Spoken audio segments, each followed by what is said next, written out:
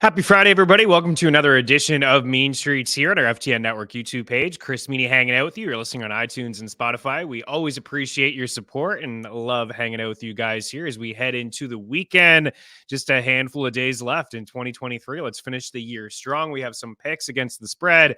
We have some NFL props. Going to talk about a couple start and sit situations as well. If you have any questions at all, you can leave them in the comment section on our YouTube page. If you are listening on iTunes and Spotify, we appreciate you guys. If you want to hop on over, subscribe for free, of course, to our YouTube page. Smash the like button. Any comments, any questions, start or sit, I will get to them. We clip some of these videos as well on TikTok. If you have any questions on there, I'm always circling back on those videos. So give us a follow over there as well. I'll post a link inside the description of this video to our TikTok page, IG. Always circling back to try to help you guys out. Of course, this is the final week of fantasy football playoffs. It is the championship week. So any kind of advice that I can give, I am here for you guys. You can reach out at Chris Meaney or meanstreetsftn at gmail.com. I don't have a lot of takeaways from yesterday. It was definitely a higher scoring than I thought it was going to be, especially with Amari Cooper ruled out of that game. We did hit up on a couple decent props here from yesterday. You know, we had sweated this one out a little bit. Garrett Wilson, the over 4.5 grabs and 47.5 receiving yards. Breece Hall just continues to get a ton of work. The Jets can't block, and I mean, Simeon can't throw the ball down the field. So there's a lot of dump offs, a lot of check downs. Breece Hall had a fantastic game. He's finished really, really strong for fantasy owners after what has really been a disappointing season for the Jets and a couple of their skilled players. Of course, things changed a couple snaps into the season when Aaron Rodgers went down. David Njoku, we touched yesterday. We did not get the touchdown, but we talked about him being a potential league winner of fantasy football MVP since Joe Flacco has taken over in the Browns offense. You know, he's really popped off, and he had over 100 receiving yards. Geez, he had we hit this in the opening drive. So he's been a big time player. We'll keep an eye on him next week as well. And I'm sure we won't get the 48.5. And then we did not get this. We needed one more carry from Jerome Ford. I saw some Pierre Strong getting some carries, Kareem Hunt. Those things were in the back of my head as a possibility, especially if the game got out of hand. But my apologies on that one. And I didn't have Ford ranked high enough in my rankings either. So a big L on my part. He was catching some passes to the backfield. He found the end zone a couple times as well, receiving touchdowns. So Ford had a good game, and hopefully I didn't steer you guys in the wrong direction there. Again, if you have any tough decisions to make here this weekend, hit me up. Projections, rankings, it's all the links inside the description of this video to check out over at ftnfantasy.com. So hopefully we can get that championship for you guys as well. We do have some starting sits that I'm going to get to in a little bit, plus some picks against the spread as well as some touchdowns. But I wanted to start here with some props. Let's get them out there early in case some of these numbers do change. The prop shop, the parlay calculator, these tools are both free, and they can save you a lot of time and save you a lot of cash. And there's links inside the description of this video as well. Let's start here with Brandon Ayuk, over 66.5 receiving yards, minus 114, best price I'm seeing over at the prop shop. This bet in the tracker yesterday, averaging a career high 85 receiving yards per game and a league high 18.5 yards per reception. A big play guy. Of course, we know that Brock Purdy in this offense, a lot of big plays across the board. Brock Purdy's basically, I think it's close to 9 yards per attempt when he throws at the line or behind the line of scrimmage. Of course, there's all kinds of yak monsters on this 49ers squad. I also like Deebo Samuel. George Kittle popped off last week. It is a really good matchup against the Washington Commanders. We know that this is a really bad secondary. They've allowed the most yards, the second most passing yards. They rank 32nd in pass DVOA and 31st in defensive DVOA over at ftnbets.com. The most points allowed per game at 30. And the second most fantasy points to wide receivers. So I also like Deebo Samuel, but I'm taking the over 66.5 here for Ayuk, 110 yards last week. The second time he's had 100 yards over the past 3 weeks, and he has 6 100-yard games this season. Ayuk having a really nice season and topping the breakout campaign that he had last year, 1,000 yards. It's got 1,200 so far this season with a couple games left to go. I'd even consider laddering him up to 100 here. I'll have that in the bet tracker. I haven't looked off the top of my head, but that's probably I'd say like plus 250, plus 300 for him to get hit the century mark again. And again, it's something he's been doing here in about half of his games and taking advantage of some pretty soft matchups. Chris Olave there, 66.5 receiving yards over minus 110. I believe that's over at FanDuel. We have the Bucks here who have allowed the most passing yards per game in the NFL at 265. They're top 10 in yards allowed overall. I know the defense has been a little bit better lately, but still giving up some big plays in the secondary. The fourth most fantasy points to wide receivers.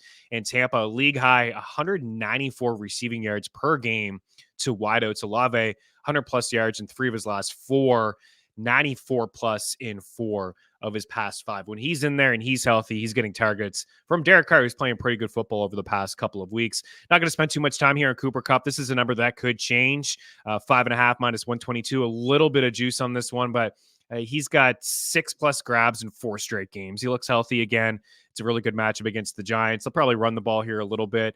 I know Puka Nacua is questionable, but it does sound like he's going to play in the game. And I think both of those guys are top 12 wide receivers this week against the Giants. And we know that Kyron Williams is a top 5 running back against them as well. He probably finds the end zone. But I like Kupp, 38 targets over those 4 games as well. A healthy dosage from Stafford, who's playing really good football. Nico Collins at over 59.5 receiving yards at minus 110. This is a number that I think will move here as we get closer to kickoff on Sunday. The matchup here against the Tennessee Titans, the 7th most fantasy points allowed to wide receivers. Using our splits tool over at ftnfantasy.com. And I know it's mostly games with CJ Stroud, who's expected back this week after missing the past couple weeks. There was one game over the last 2 weeks without Stroud. Nico Collins didn't play either, but using the splits tool, these are the numbers that Collins is averaging with CJ Stroud. Phenomenal young rookie quarterback for the Texans. 7.2 targets per game, 5 catches, and 83.7 receiving yards per game, half a touchdown per game. Overall, 16.4 fantasy points per game in a PPR setting. The 18 yards last week without CJ Stroud really missed him.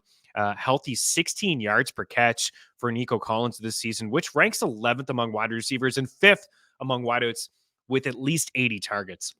James Conner here over 11.5 receiving yards at minus 114. If you look at the numbers overall, you see that this is a bad matchup in your Yahoo league. You see there's red next to James Conner's matchup against the Eagles. They haven't allowed a lot of fantasy points to the running back position, but this is a bad run defense over the past couple of weeks. They haven't been able to tackle. We saw Saquon 80 yards, Kenneth Walker 80 yards over the last 2 weeks. They've allowed a rushing touchdown in 4 straight games. Tony Pollard and Rico Dowdle combined for over 100 rushing yards as well. 51 carries over the last 3 weeks for James Conner, which is nice to see if you're a Conner owner. I think he's worthy of a play this week, even in a championship matchup. But even with all the carries, 50 plus in the 3 straight games, or the 3 total games rather, 8 catches on 8 targets over the last 2 weeks. Plenty of touches. Should be a few dump offs from Kyler. No Hollywood Brown in this game. The Eagles are big favorites, but they have struggled defensively. They've had some turnovers offensively too. But if they do get up in this game, we could see a couple dump offs to James Conner. And then inside the same game, DeAndre Swift, I expect the Eagles to run the football over 14.5 rushing attempts and over 65.5 rushing yards. I would take 15.5 plus money if it moved to that line. I'd take anything over 70 rushing yards for DeAndre Swift as well. He racked up 20 carries, 92 yards, and a touchdown last week, 15 fantasy points, got 18 plus carries in back-to-back games. I mentioned the Eagles are 12-point favorites here at home against Arizona. They've allowed a league-high 147 rushing yards per game and 26 fantasy points per game to the position. Also a league-high, third in yards per carry, 4.7. The second most points overall allowed per game. They're dead last in rush DVOA. That's over at ftnfantasy.com. And then you just got to hope, if you want a touchdown from Mr. Swift, you just got to hope that he doesn't get stopped at the 1, because you know what's coming.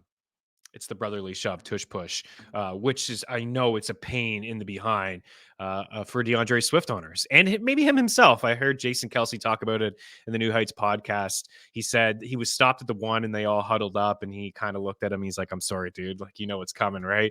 And it's the brotherly shove, and Swift is getting vultured touchdowns, but he did score last week, and He's a risky play to bet as a anytime touchdown, but I think the Eagles, the past couple of weeks running the football on teams that you can run the football on, Seattle and the Giants, and I think this week with Arizona, we'll see a little bit of that as well. So those are the props that I have for now. A whole lot more over at ftmbets.com. I got a couple touchdown props here for you guys, starting with a couple chalky ones. They're in order of how I like them. We'll remove that scroller at the bottom there for the people that are viewing on our YouTube page here. Let's see. I'll just leave it. It's a surprise. It's a surprise. See if you guys can guess it watching live here. But Cooper Kupp up at the top, plus 110. Talked about Kupp and all the targets that he's had over the past couple of weeks and the 6+ grabs in 4 straight games and over 30 targets over that span as well. And he is scoring some touchdowns of late. As I mentioned, he looks like the old Cooper Kupp, right? He's battled some injuries to start the season, midway through the season, a couple setbacks there, 3 touchdowns over his last 4 weeks. I'm going to take this every time there's plus money there. I have no problem taking, a touchdown prop and around these numbers, these first few that you see. It's basically just a little over double your money. I'm all right with that. I know everybody's looking for a long shot touchdown call. I got a couple there towards the end. But I'm going to go with Cooper Kupp. Talked about earlier, Brendan Ayuk, why we like this guy. In Washington, 33 passing touchdowns allowed. It's the most in football and 4 TDs over the last 7 for Mr. Ayuk. And as I mentioned, he has 6 100-yard games this season, and he leads the NFL in yards per catch. So it could be a big play for Brendan Ayuk. I like the receiving yards, same game parlay maybe for him to score. Maybe you alternate yardage of 100 plus, and you get a little juicy there. Mike Evans, man, I don't know what else to say of this guy. I'm surprised we're getting plus money. He's got 13 touchdowns on the season, 4 games this year without one. Week 4 against the Saints, he didn't score, but we know the history between him and Marshawn Lattimore, and Lattimore has had really Evans's number over the last few years, but he's not going to play in this game, so we can dial up Evans with confidence, of course. We can hope that he finds the end zone. And Nico Collins, the 7 touchdowns on the year. He did score last week without CJ Stroud. We talked about CJ returning to this game, 4 TDs over the last 6. Another big play guy and a big boost, and really a good matchup against the Tennessee Titans. Rashee Rice, kind of like our guy. I feel like we always have Rashee Rice on this board. He's got 7 touchdowns on the season and among the leaders in yards after the catch and red zone targets, 9+ targets in 5 straight games. He has turned into Patrick Mahomes' go-to guy, including Travis Kelce. He has leapfrogged him in terms of targets. And this is a really good matchup against Cincinnati. I mean, the Bengals entering this week have allowed 8.1 yards per attempt. So it's a good spot for Mahomes and company to get right this week at home against the Cincinnati team lacking defensive weapons, and then also without Joe Burrow and Jamar Chase looking doubtful in this game. I got the 2 tight ends in the Saturday game there, Sam Laporta and Jake Ferguson. These are 2 of my favorite guys. Laporta's always used inside the red zone, near the red zone if it's not Dave Montgomery running it in. And Jake Ferguson, I think because Dallas is home, we can feel a little bit better about this offense. Of course, we know that they are under 500 on the road, but over their last, I'd say 14, 15 home games, they're averaging nearly 40 points per game, dating back to last season. And 4 of the 5 touchdowns Ferguson has scored this year have come at home. Isaiah Likely, I like this number. I think it's pretty solid at plus 260, 2 touchdowns over his last 3 games, got 17 catches over his last 4. He's filling the Mark Andrews role really nicely for the Baltimore Ravens. Trey McBride, plus 220 here. He's only got 2 touchdowns on the season, but he's got 37 targets and 31 catches over his last 4 games. Like, this guy is like a walking 7 to 9 targets, a couple games is double-digit targets. No Hollywood Brown. Again, double-digit dogs here on the road. The Eagles have struggled against tight ends all year long. So it's a pretty good spot for McBride. He's a top 5 tight end for me. And like these tight ends, Laporta, Ferguson, Likely, McBride, I would consider them as like flex plays. There's one league that I'm rolling out Laporta and Ferguson in my flex spot. A high total game, I think we could see some offense. I'd rather roll out these tight ends than a Deontay Johnson or a Terry McLaurin. That's really where I'm at this point of the season. You see touchdowns on this board from tight ends. That 5th one here, that final one that you can't see at the bottom, is Juwan Johnson. He's got touchdowns in back-to-back games. Carr looking a little bit better over the past couple weeks. He's looking to throw inside the red zone. They've used Taysom Hill inside the red zone, I suppose, a little bit less over the past couple weeks. I don't know if it's a health thing or not, but Carr has looked good over the past 2 weeks, and Juwan Johnson's got the touchdowns in back-to-back weeks. I also think Rashid Shaheed is a decent little dart throw as well for an anytime touchdown. He's at a very similar price, but the Juwan Johnson's, that's at 4-1 for him to score. We did hit in the tracker, plus 650, I believe that was last week. As for Rashid Shaheed, it does sound like Chris Olave is going to play in this game. Shaheed scored a touchdown last week. He's very boom or bust from a fantasy standpoint. But if you're looking for a home run play, he could be all right for you. But 9 targets, 5 grabs, 70 yards in the touchdown last week. The 13 targets, 8 grabs last 3 games since returning from an injury. He does have a few scores on the year. I do believe he's got 4. So we could see maybe a couple long shots and what could be a fun game between the Saints and the Bucks, and a lot on the line for both teams, and especially the New Orleans Saints, to try to keep their season alive. So those are the touchdown calls there. Cooper Kupp, Brendan Ayuk, Mike Evans, Nico Collins, Rashee Rice, Sam Laporta, Jake Ferguson, Isaiah Likely, Trey McBride, Juwan Johnson. They're ranked in order of how I like them. Before we get to some start and sits here, let's take a look at the picks board here. The NFL betting show we record on Wednesday. It's live on our FTN Network YouTube page with Mike Randall, myself, and Abby Labar. We've actually been pretty hot fire with some of our picks over the past few weeks. We talked about the Rams at 5-1 making the playoffs. A lot still needs to happen for them. They could win this week and still lose next week to the Niners. The Packers win out and they would have that tiebreaker. They could also clinch this week with a Seattle loss and a Rams win and a tie between the Vikings and the Packers. Like, all kinds of different random scenarios, but I do think they'll get in. Next week is not going to be easy. You know, I don't know if the Packers lose this week to the Vikings, that game next week won't matter. I don't believe they would still find a way to get in. There's so many crazy playoff scenarios at this time of the year. Nonetheless, week 17, like the Rams. I like the Rams at 5.5. I like the way that Stafford's playing football lately. They've moved inside the top 10 in offensive DVOA. Stafford over the last few weeks, 14 touchdowns and 1 interception. Those were games against Cleveland and Baltimore where he combined for over 600 yards and 6 TDs, 328 last week. Kyron Williams has given them a whole lot on the ground. Puka Nacua and Cooper Kupp is balanced inside this offense and against the Giants as well. So, I mean, the Wick's going to dial up some pressure. He's going to get after Matthew Stafford, but I just really like where this Rams team is at. They are getting pressure themselves on quarterbacks as well. So give me the Rams to win this game by 6 points, minus 5.5. I like the Raiders plus 3.5 as well. I know Randall talked about the Colts on the money line, and I did pick Indy to win the game in our FTN picks. All my straight up picks can be found with Ratcliffe and Randall and Pfeiffer and Lochner from our FTN fantasy account. I do believe I tweeted that out. But this Pierce has got this Raiders team playing defensively. Of course, I don't believe in Aiden O'Connell. He didn't even complete a pass in the second half against the Chiefs last week. They still won the football game thanks to their defense. And the defense is making plays. 12 sacks, 4 touchdowns over the past couple of weeks, 5 fumble recoveries, got the 2 interceptions in each of the last 2 games. So they're getting after the quarterback. They're making plays in the secondary. Gardner Minshew's got 9 picks over his last 10 games.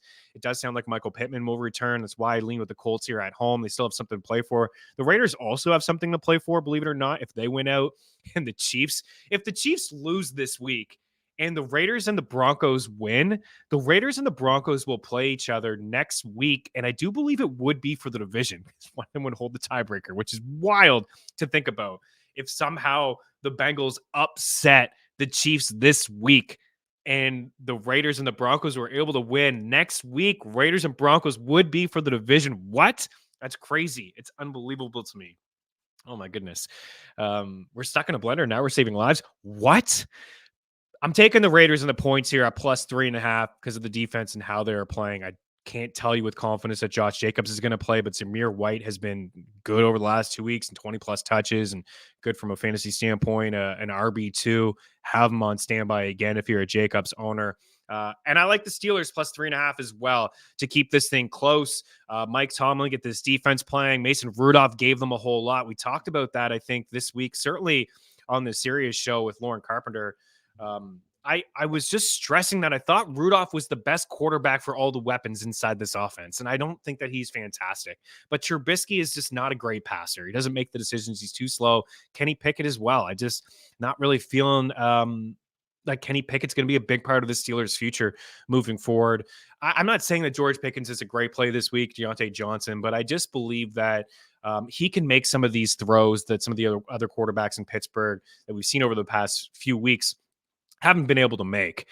So I think that the defense alone will keep this close. We've seen Seattle playing a lot of close games over the past couple weeks, a couple walk-off touchdowns for them to get some wins. I like them to win at home. I understand that Seattle's a tough place to play. Watt leading the NFL in sacks, get some pressure, on Geno and company. Maybe they can stop the run. I think this game will be a field goal game. I think both of those games will be field goal games. I'll get to a couple other spreads, and I'll share a couple other of my picks to see if for your pools. Anyways, Tampa on the money line, Baltimore on the money line, and Green Bay plus 110. I liked Green Bay before Minnesota was switching over from Mullins to Hall. I just, and you guys know I'm not a big believer in the Packers. I've actually been against them over the past couple of weeks. We had the Giants to cover on the spread at 6.5. Last week we had Carolina on the spread to cover as well. But Minnesota, I don't know the status of Jordan Addison. It sounds like there's actually a possibility that he'll play at the time of recording right now. I'd be surprised, but it sounds possible that he could suit up. A return to practice in like a limited fashion. We don't know TJ Hawkinson. You can run on the Packers, but the offensive line in Meaney's not great. And I like Ty Chandler. I think he's worthy of a flex play, even like him over Madison, but they're still not doing a whole lot on the ground game. Now you're going to Hall. Do they go to Mullins if he struggles? It sounds like Green Bay is going to get healthier at the wide receiver position. Minnesota's defense, front defense, a little bit better. It's my upset pick. I'm trying to give him one upset pick. I did pick the Packers in my own pool over at ftnfantasy.com. I'm not just giving it for the sake of giving it, but that is the team that I think will. And it's basically a pick 'em now, I think, because some of the changes at the quarterback position. But I think Jordan Love and company will go in to Meaney and find a way to win this game. I like unders in Arizona and Philly. I just feel like the Eagles, I know their defense has been great, and the offense, they put up nearly 500 yards of offense last week. So they moved the ball well, and I expect them to move the ball well against Arizona, but I expect some long drives, running the football, killing some clock. And also their struggles inside the red zone. Like they've had long drives. Go back to San Fran. They started off that game against the Niners where they had 2 long drives, and San Fran didn't do anything. They had negative yards, I think, in the first half of that game when the Niners blew them out.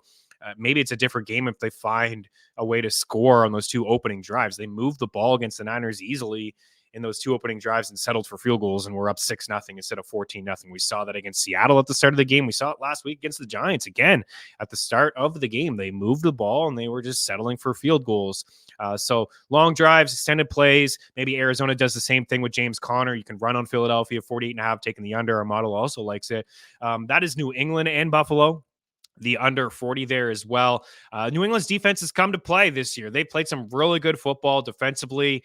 So I expect both defenses to play good. I don't expect the Pats to score a whole lot of points. And Buffalo has also kind of changed their identity on offense. I say also, Philly has changed lately, despite getting away from what worked well for them over the past couple of years. But the Bills running the ball a little bit more with James Cook taking the under 40 here. And the over between the Saints and the Bucks.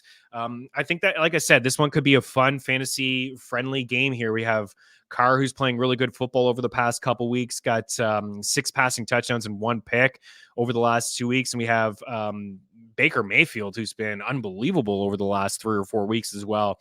Double-digit touchdowns. We talked about Mike Evans earlier. I think we could see some scores here. I'd see like a 23-20 game. That gets us right there. I think both teams will get to 20. Could be whoever has the ball last, maybe like a little bit of a walk-off field goal. It's going to be a good one. Should be a good football game with a lot on the line.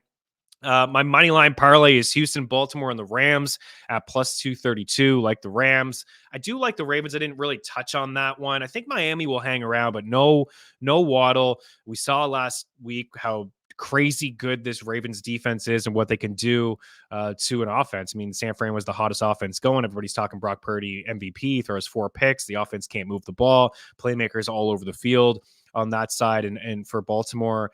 And I'm going to take them. I'm going to take them on the money line at minus 168. And there's a little bit of juice there.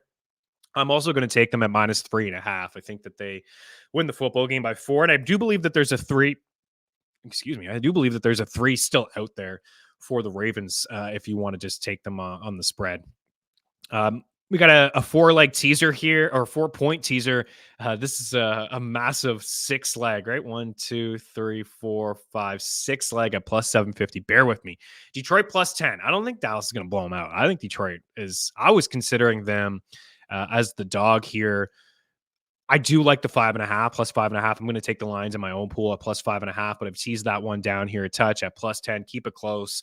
They're going to be competitive in that game. We've teased down the Eagles to win by a touchdown. And I'm going to pick Arizona plus 12 in my own pool as well. But I like Philly here minus 6.5. The Rams at -2. The Bills at -8. The Niners at -9.5.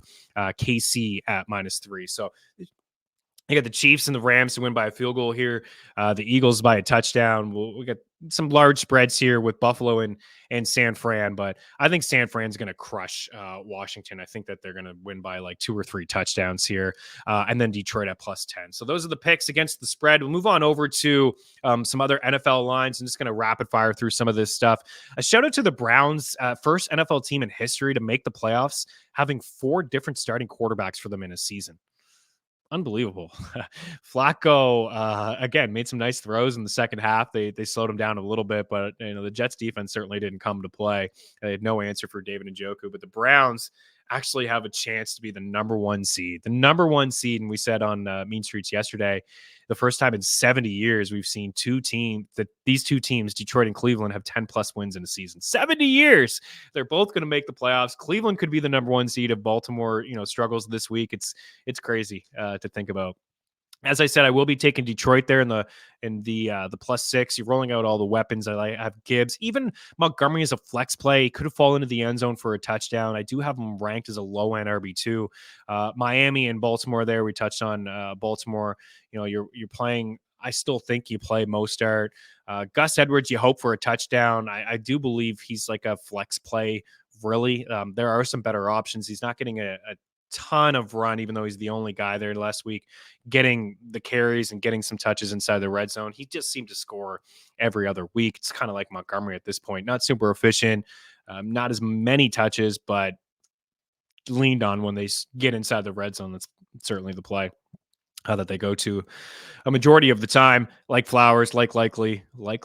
Oh, baby. Texans and Titans, like Houston, going to be taking the Texans there. Nico Collins. I think Noah Brown's a little risky, but if he does play, with CJ Stroud coming back, and Stroud's a top 12 quarterback, because he's coming back here. I don't want to play anyone really on the Titans. The Houston defense has been pretty good. I think, as a low end RB2, you have Henry, you made it this far. You know what the ceiling is like. He could score a couple touchdowns at this point. You probably don't have better options. You play them. And then I think Dalton Schultz is a borderline top 12 tight end as well. It's a really tough matchup. The Titans allow the fewest fantasy points to tight ends, but I think Stroud coming back and Brown not being 100% and him getting some more usage with Tank Dell being sidelined. I like the Bucs, as I mentioned. I'm going to take them there, the -3. I think there's a 2.5 out there as well. If it did get to 3.5, I would take the Saints, but I lean with the Bucs to win the game by a field goal here. I already talked about the Raiders. I think definitely Michael Pittman plays. You roll him out. Jonathan Taylor, you roll him out. Uncertain about Josh Jacobs. Just don't know what's going on there. I was surprised. I heard Antonio Pierce say that he was expecting him to play last Monday night, and he didn't play. That did surprise me. So just have Zamir White. If there's no Jacobs, Zamir White's a top 15 running back. He's getting all the touches. The matchup is great. He's had back-to-back weeks with like 20 touches and 14 fantasy points there. He's catching some balls too. So away you go. Adams, you play. Jacoby Myers, I'm not crazy about. New England and Buffalo there. It's a large spread. As you saw, I teased that one down. I do expect the Bills to win this game by a touchdown, 10 points. 12, 13, I think now in some spots. If it gets up to 13.5, 14, I'll probably have to take New England, but I am leaning Buffalo here. I am leaning Arizona on the spread. The Eagles just haven't shown me a whole lot. Sloppy on offense, turning the ball over, sloppy on defense. Could be a backdoor cover. Gannon, defensive coordinator last year at the Eagles. Maybe he's got a couple secrets there against his former squad. Rolling out McBride, all the Philly weapons, Swift, and I like Connor as well as a top 20 running back this week. Atlanta and Chicago, I am leaning with the Bears. I think the Bears are a good defense. I also think the Raiders are a good defense, both top 10 this week. I would play Chicago over the Raiders, but I think they're both really good options for you this week. I wouldn't play anybody on Atlanta. Bijan Robinson only, and I don't love the matchup. I really don't. It's a really tough spot. The Bears have been great against backs all year long. As for Chicago, No Mooney, Komet, DJ Moore. Have you made it this far? I think you play those guys. This is DJ Moore. I don't have as a wide receiver 2. I have him as a high end 3 outside the top 20. He's been quiet over the past couple weeks, not super healthy, and the Falcons have been really good against wide receivers. Fields you're playing. San Fran to Washington, all the San Fran guys. I try to avoid everybody to Washington, including Antonio Gibson. I don't care if Brian Robinson's out. I know that Rodriguez is out. I don't care that he gets all the touches. It's just, it's not a good matchup at all. It's like a desperation flex full point PPR. You hope he catches 5 or 6 passes. I don't want to play anybody in Washington, including Scary Terry. The Rams are rolling out all the weapons there. The Giants do like Saquon. It's just about it. Tyrod is worthy of a consideration play in super flex leagues because he comes with a little bit of a rushing floor there. He showed the deep ball against the Eagles last week. Darius Slayton, he did end up with double-digit fantasy points playing one half, and he could get up to 40 rushing yards, which is like a free touchdown there for you. Carolina and Jacksonville actually don't want to play Calvin Ridley if there's no Trevor Lawrence. It sounds like Lawrence has a real possibility of missing this game. If he does play, I wouldn't play him either. I'll touch on him in a little bit more. Carolina, I don't want to play anyone, even including Chuba Hubbard. He's getting some touches. He's got double-digit fantasy points in like 5 straight weeks, I believe. It's a tough matchup. Jags been pretty good against running backs. Don't think we'll see a lot of scoring in this game. I like Carolina plus the points as well in this matchup. Pittsburgh and Seattle, we touched on that. I'm still Najee over Jaylen Warren. He's still getting more of the work, kind of acting like the goal line back. I think that Warren is a little bit more explosive. I think he's a risky flex play. I think both guys are kind of risky flex plays. But I like Najee, I think, a touch more than Chuba Hubbard here. Seattle, Kenneth Walker, you roll him out there. DK, roll him out there. You could find better options probably than Lockett and JSN. Like I would play T. Higgins over them as we move on to the next game. I do believe the Chiefs will cover and get right here against the Bengals. Mix in low-end RB2. You hope he catches a couple passes out of the backfield. If Chase plays, you play him. And if Chase returns, I still would play T. Higgins. And if there's no Chase, T. Higgins is a borderline low-end wide receiver 1. He's been pretty good over the past couple weeks. The Chargers, I think this spread has changed. I think it's maybe 3.5 or so. Of course, there's no Russ. I don't play anyone in this game. If you could avoid like Javonte, I think that they're going to lean on Javonte and he's going to run the rock and he's going to get 15 plus carries, but I can't say that with confidence. Moving on from Russ and going to Stidham, maybe they lean on the ground game a little bit, but there's still P. Ryan getting in 2-minute drills. You still have McLaughlin as well, but should they get near the goal line, it should be Javonte. We saw a rushing touchdown last week. And on the Chargers side, Palmer's not going to play. Keenan Allen's not going to play. I like Gerald Everett. Get to him in a little bit. Also like his receiving yard prop and reception prop. We've touched on him over the past couple weeks, especially last week. We touched a lot on Gerald Everett. Definitely on a serious show. We talked about Easton Stick going to him and being the number 1 guy with Palmer there, and how there's no Palmer there. But it's the battle of Easton Hockey Stick and Jared Stidham. I don't think we'll see a whole lot of offense, a whole lot of points. Don't want to play Cortland Sutton, but I understand you made it this far. He's been great for you. Maybe a flex play. You hope that he finds the end zone. We're not playing Jerry Jeudy. And I'm not, Quentin Johnson desperation. If you're in deeper formats, he's him and Gerald Everett. There's not a lot of moving pieces there now. I think Eckler, I liked what I saw from Eckler last week. I definitely liked him getting touches and getting a lot of the snaps. So he's in the conversation. Like, he's probably the best play in this game as a borderline RB2, and Javonte right there. Our projections really like Javonte as a top 24 running back. And on the Packers side of things, I'm not playing AJ Dillon. I am playing Aaron Jones, even though the Vikings defense has been good. Ty Chandler, I think, is worthy of a play. You're playing Justin Jefferson. There's no Jair Alexander on the other side. It's a joke story, by the way, of him making himself the captain and then almost having the Packers punt the ball away twice in the first and second half. Got to be careful how you go about those coin tosses. Anyways, Addison, if Addison plays, I wouldn't play him either. I don't want to take any risks at this time of the season in my championship game. What if he suffers a setback and he doesn't play? I don't think he's like going to be a decoy or anything, but if he's out there and he suffers a setback and he rolls an ankle in the first series, it's just like, oh my goodness, really? I don't want to deal with any of that. So I got some starts and sits here. Some of these I tried not to make super obvious, like, Brock Purdy. Like, come on, we're starting Brock Purdy. Brock Purdy had a brutal game last week, and hopefully you just made it by. Don't worry about last week. Last week was a tough matchup, toughest you could really get for a quarterback. This week against Washington is as best as it can get for a quarterback. So I wouldn't worry too much about Brock Purdy this week, but I did leave him off the board. These are some players that I would start in week 16. Actually, we're week 17. These are some players that I would start in week 17, your championship week. CJ Stroud is back. If there was any concerns about starting CJ Stroud, don't have any concerns. This is a good spot for him. He's been great a majority of the year, 16 plus fantasy points in 5 straight games. And over that span, he's got a showing of 42 fantasy points, 30. He's hit 19 plus in 2 straight games. A matchup here against Tennessee, inside the top 5 in quarterback completion percentage against, and inside the top 10 in passing yards per attempt allowed as well. How about Derek Carr? 46 fantasy points over the last 2 weeks. I think he's a top 12 quarterback this week. He's got 6 passing touchdowns over that span and just 1 pick. Tampa's allowed a league high 264 passing yards per game. They're top 10 in yards allowed per game, the 9th most fantasy points to quarterbacks, and the 4th most fantasy points to wide receivers. Of course, we're rolling out Chris Olave, and you see Rashid Shaheed here as a dart throw play if you need one. He's very boomer bust. But if you are looking for a home run play, maybe you went up against the Browns defense or David Njoku here, or somebody pops off in that Saturday game, you're looking for a home run play. 9 targets, 5 grabs, 70 yards, and a touchdown last week. He's at 13 targets, 8 grabs over the last 3 games since returning from an injury. And we talked about the Bucs secondary giving up some big plays here. This one may seem risky. It's a super flex play only. Tyrod Taylor against the Rams, 11 points in the second half last week. He could end up with 30 or 40 rushing yards for you. I know that there's not a lot of weapons there, but we know that the Rams are going to move the ball, and there could be some chucking. There could be some garbage time stuff there for Mr. Taylor. For example, again, super flex leagues, I would play him over Zappy, Will Levis, Bryce Young, Taylor Heineke, Jacoby Brissett, Mason Rudolph, Jared Stidham, Aiden O'Connell. And I'd play him over Jaron Hall and Easton Stick as well, as along with Jake Browning. So he's a borderline top 20 running back. It's a super flex play only. DeAndre Swift against the Arizona Cardinals.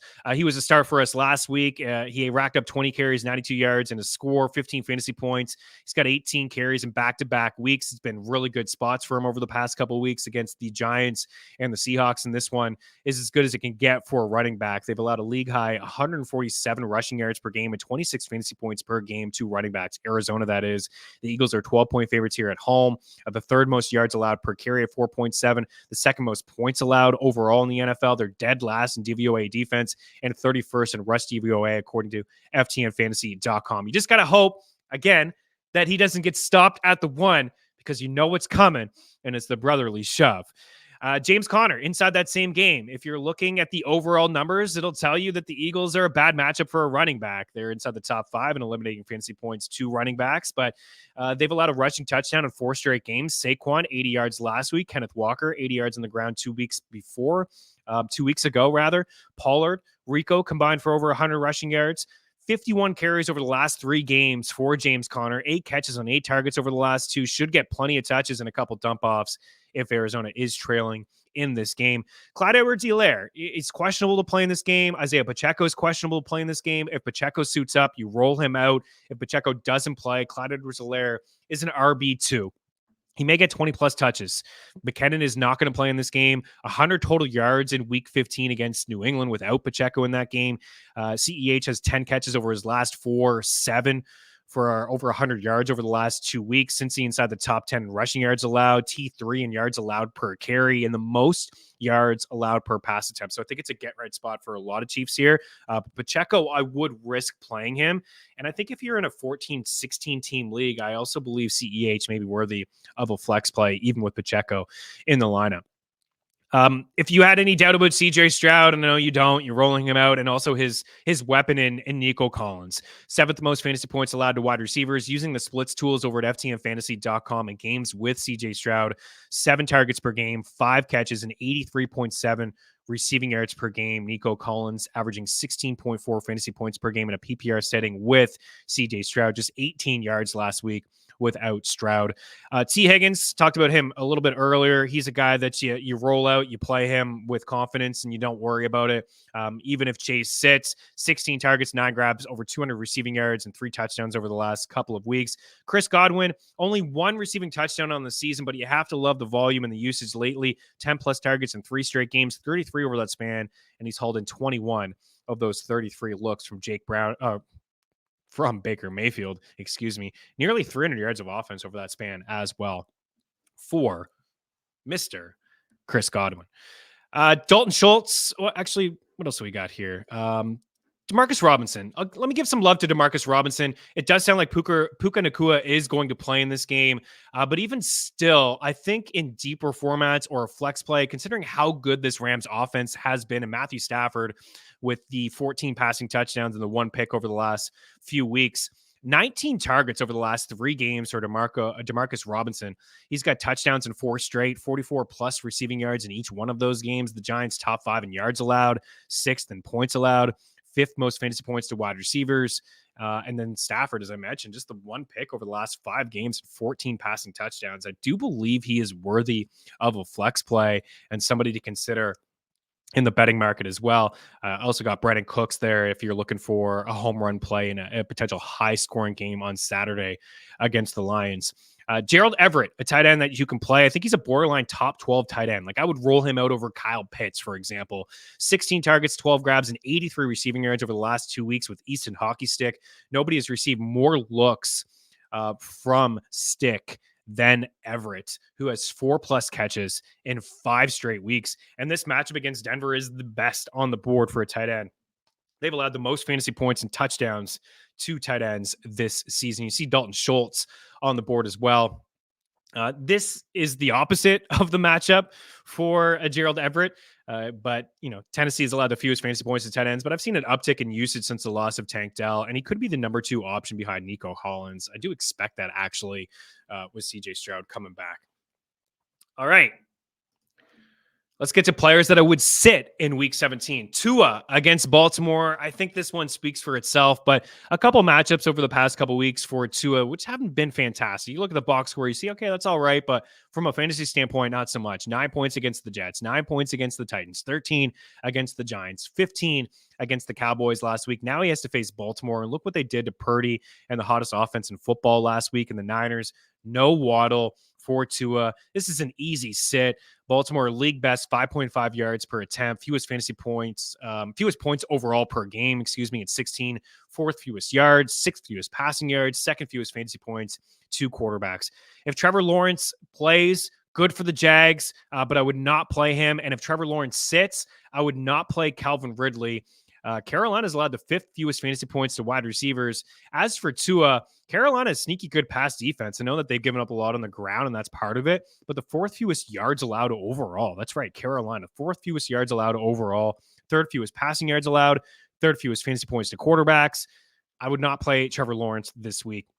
And I wouldn't play Gardner Minshew, even in a super flex league. I would not do it. The Raiders, 12 sacks, 4 touchdowns, 5 fumble recoveries, 2 interceptions over the last 2 weeks. That's been their resume over the last few games. And Minshew, 9 picks over his last 10 games. It's too wild for me. I can't get it done. This is too sporadic.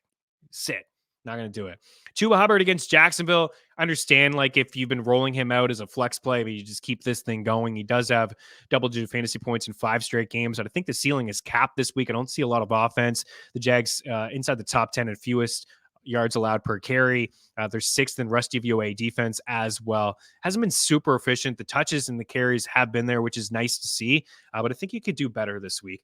Khalil Herbert against Atlanta. Last week, Herbert popped off for 112 yards on 20 carries. He had a touchdown, 18 fantasy points, and a half-point setting. Sounds like Deontay Foreman is expected back. Just could get crowded, could get ugly, could get messy, hard to trust. Plus, the Falcons have been good against backs, the 3rd fewest fantasy points allowed to running backs, and only 6 rushing touchdowns, which is 2nd in the NFL, to Baltimore, who's only allowed 4.